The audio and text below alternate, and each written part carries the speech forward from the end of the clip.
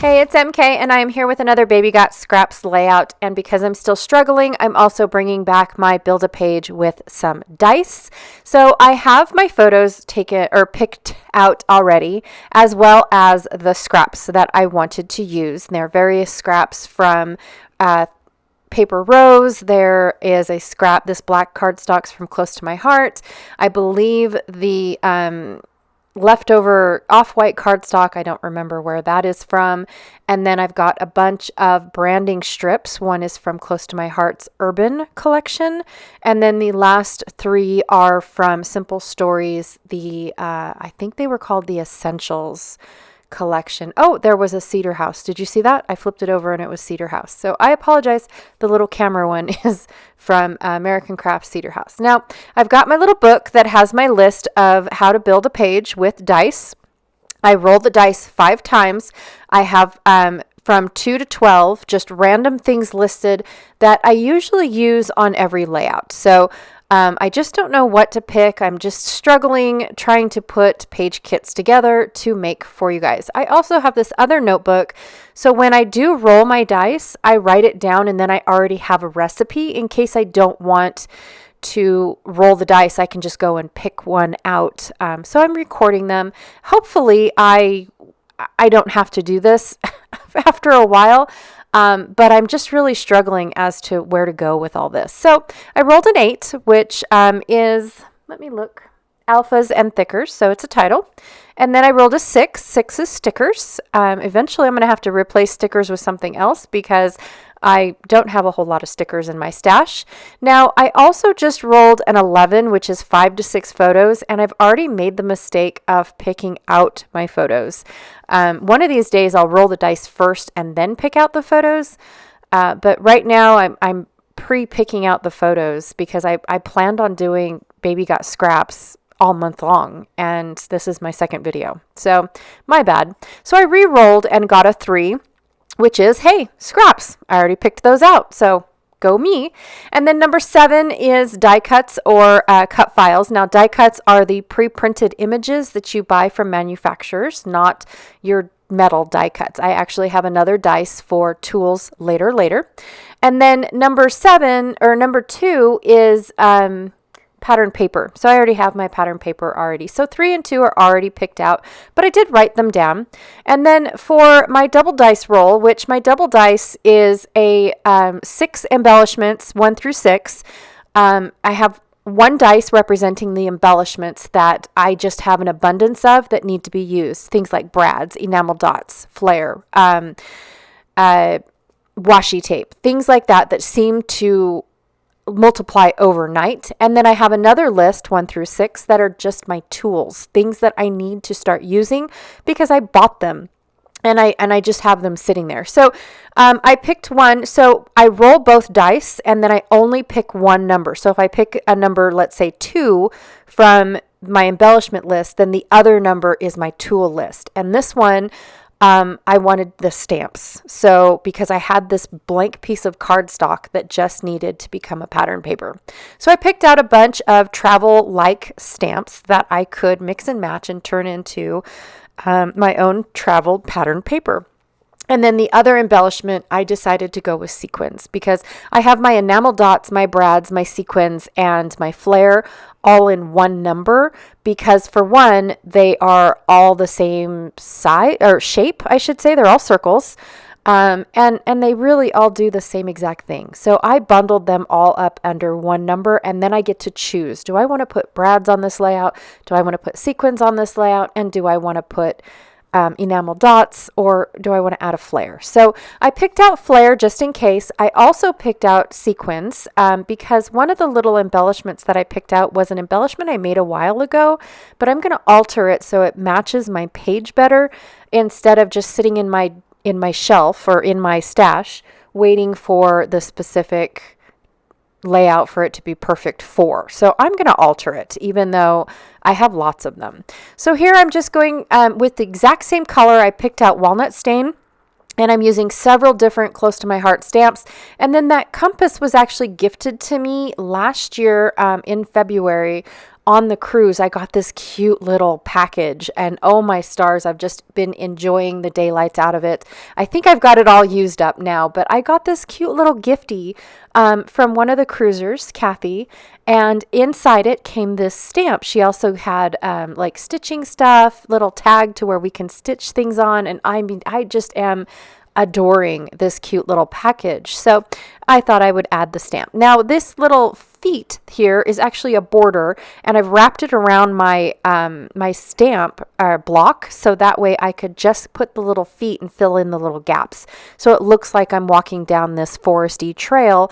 And then of course I've got a couple words in there and things like that. So I really do like my little collage paper that I've made. It's nice and muted, and I'm going to take some ground espresso ink and ink the edges. Now my paper, my layout is only going to be 8.5 by 11, and my black cardstock happens to be the perfect size. It is already 8.5 wide, but it's still 12 inches long. So I do need to go and cut that down as well. But first I'm going to scuff up all of my edges of my scrap papers. I'm just using my fingernails because my edge distressing tool is a little too deep for little papers like this, and I didn't really want a whole lot of distressing, just a couple, rufflings of the edges of the paper. And then I went through and I lightly inked them all, just so that way they were cohesive throughout the whole layout. So now I'm going to cut this down. So now I've got perfect 8.5 by 11. I wanted to double check it just in case I can't count. And then I've got this pattern paper from Paper Rose. It's one of my favorites, but I do struggle having these large feet print icon on the layout or on the paper. So I'm going to fussy cut them out and bring them in as an element on my paper. Whether you call it a die cut, I don't know, but I am going to fussy cut out the little boot prints. It's a quick and easy, and then I'm going to scuff it up just a little bit to hide any imperfection that I do when I'm cutting. So I just take my distress tool and quickly run it over. It's not very fast. It doesn't have to be very deep or hard, but it just ruffles it up and hides any imperfection that I might have had when cutting out my little footprints. So I'm also going to distress the edges, again, not very hard for all of my elements that I'm going to add to the page because we're outside, right? Now these are pictures of my husband's dad, and he is a hoot. he just enjoys life and has fun with it. And so he was standing at this big giant boulder that is next to the lodge that we rent out when we go to June Lake. We go every other year on the odd years. And we always try to get to this boulder. You kind of have to, it's not really hike to it. It's right on the edge of the road, but it's the lodge is down below. And so you got to hike up to the boulder. And sometimes my husband and kids climb behind it, and there's a little crack in it, and I get pictures of them, in the crack. And so Papa here is just kind of standing and taking selfies in front. And because Nana sent them to me, I'm going to scrapbook them because he's a goofy guy. And he makes all of us smile. So I'm definitely just going to include these, and he looks like he's having a blast. It was 2 different days that he actually came to this boulder, but I just went ahead and put them on the same layout. So I definitely wanted to include the boot prints because, again, you have to, I don't want to call it a hike, but it is an incline to get to the boulder. But when you drive into June Lake, coming from the Mono Lake side, when you drive into June Lake, I definitely have to say that you can't miss this boulder. You see it.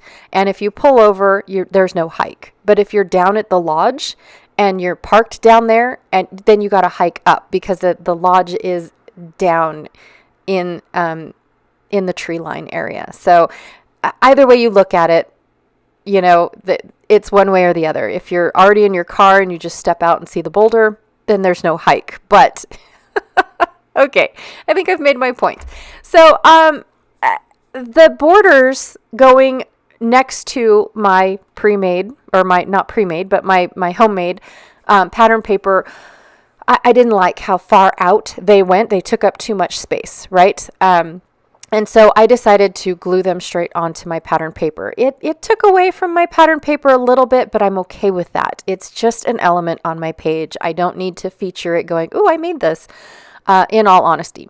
So here's my pre-made embellishment that I made a couple years ago, I think, or 2 years ago. I don't know. The years just mesh together nowadays.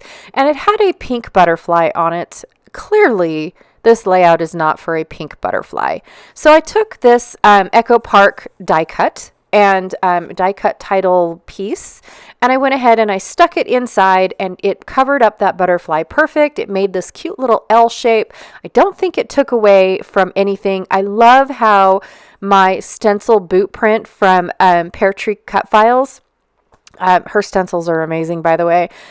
It matches the Paper Rose boot prints perfectly. So I was like, oh my gosh, this was meant to be, even though I don't plan on adding any more gold to my layout. I thought about gold splattering, but then I thought, no, that's just too much with the sequins. That's my problem lately, using sequins and enamel dots. You add splatter, you add enamel dots, you add sequins, and it just all starts to look the same, right? To me, in my brain, you have to pick one or the other. It's either sequins or enamel dots or splattering. That's just how it is. And for me, for fast finished layouts, I splatter every time. So I stepped away from the enamel dots, and that's why they became part of my double dice challenge, because I need to use the stuff up. I definitely don't want to part with them. I just need to use them up. All right, so one of my little paper strips I had to rip in half because I didn't like how short it was and it was getting lost by all the photos. I also went off camera and shrunk my photos down because I felt like they were too wide for my tiny platform layout, right? My layout's platform footprint per se is only 8.5 by 11. So I really need to keep that in mind when making these layouts.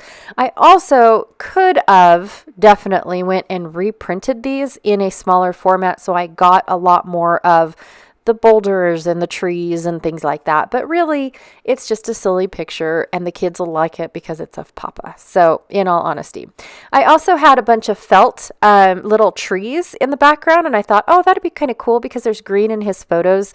I'll go ahead and add the green in. I picked these pictures because of this purpley blue, and it matches his bluey gray shirt that he was wearing. So the colors were just perfect. Considering I picked my scraps and then I picked my photos later. And then of course, because of the dice, I was able to pick out which elements I used. I have a bunch of these little arrows that I watercolored. So I punched out the arrows from a Creative Memories border punch. And then I just went off and I used the border punch somewhere else. Now I had all these extra arrows, which are great for, again, die cuts, right?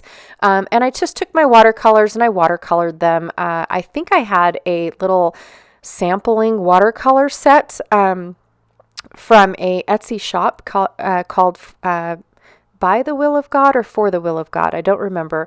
But she had these cute little monthly kits that you can buy. It came with die cuts, stickers, watercolor sample. I mean, just all these cool little things for Bible journaling. And I used her blue on these arrows. So anyways, and I used a bunch on a previous layout, and I had a bunch left over, which I'll still have a bunch left over once I'm done here.